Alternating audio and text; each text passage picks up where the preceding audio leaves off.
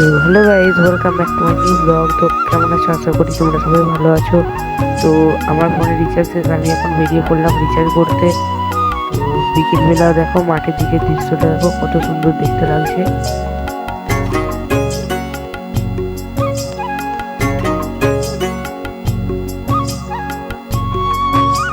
সন্ধ্যেবেলা রাস গিয়েছিলাম, রাসের ওখান থেকে একটা জিনিস এনেছি, দেখো তোমাদেরকে কেমন লাগছে বলো। এটা আমার প্রিয় মানুষের ছবি, কেমন লাগছে তোমরা অবশ্যই বলে জানাবে কমেন্ট করে।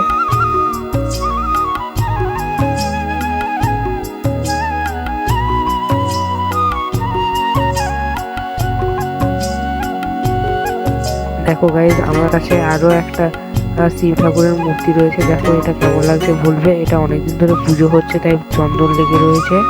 তো এই মূর্তিটা কেমন লাগছে বলবে আর কমেন্টে হর হর মহাদেব লিখে।